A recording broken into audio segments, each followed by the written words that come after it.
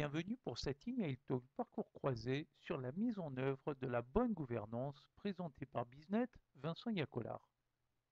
Les contours sont à voir préalablement. Pour la mise en œuvre, nous allons revenir sur les fondamentaux, analyser le mode opératoire de mise en œuvre et terminer avec les méthodes et outils. Gouvernance, risque, conformité sont les trois piliers permettant à une organisation de réussir l'atteinte de ses objectifs, avec un effet sur la pérennité et la performance durable. La gouvernance s'appuie sur trois pouvoirs souverains, assumant stratégie et décision ultime, exécutif, chargé de la mise en œuvre du pouvoir compatible à l'intérêt général, et la surveillance pour contrôler les décisions prises.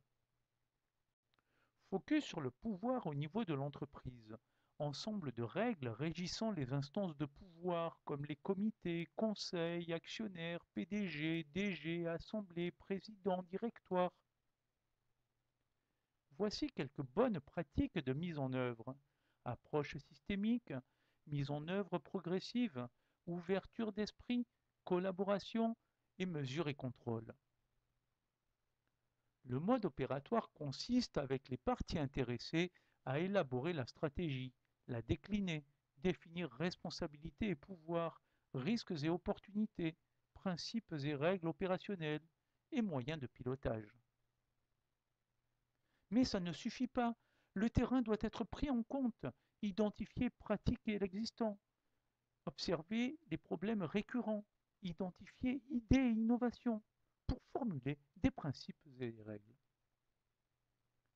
Pour que cet ensemble de principes et règles soit pertinent, il est vital de croiser les deux approches, déclinaison top-down de la stratégie, remontée bottom-up du terrain. Pour que les principes et règles atteignent leur but, il faut décliner la stratégie bonne gouvernance, formalisation, déclinaison par fonction, objectif de bon fonctionnement, déclinaison à chaque partie intéressée.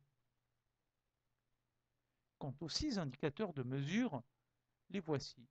Voix citoyenne et liberté, stabilité politique, efficacité du gouvernement, qualité de la réglementation, état de droit, maîtrise de la corruption.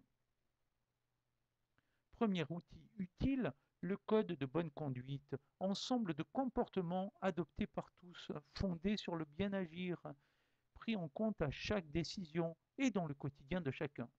Il sert aussi de référentiel d'évaluation. La bonne gouvernance s'accompagne de devoirs comme le devoir de diligence, loyauté, bonne foi, vigilance, réserve, intégrité. Passons aux normes. Le chapeau ISO 26000 consiste à cartographier, prioriser, puis agir sur 5 dimensions. Développement économique, social, environnemental et sociétal. Pour l'ISO 37001, tenant compte des objectifs, elle détermine les risques au niveau système et au niveau corruption, s'intéressant aux plus significatifs en regard de tous les risques possibles. De ces managements des risques découlent des contrôles, méthodes, main-d'œuvre raisonnables et proportionnés, revus et améliorés périodiquement. L'ISO 31000 s'intéresse, elle, aux risques systémiques. Fondée sur 8 principes, elle donne un cadre organisationnel ciblé sur le leadership et une dynamique PDCA, complétée d'un processus de traitement des risques. Définir le périmètre, évaluer, traiter, rapporter, sans compter sur la nécessaire communication et la revue régulière.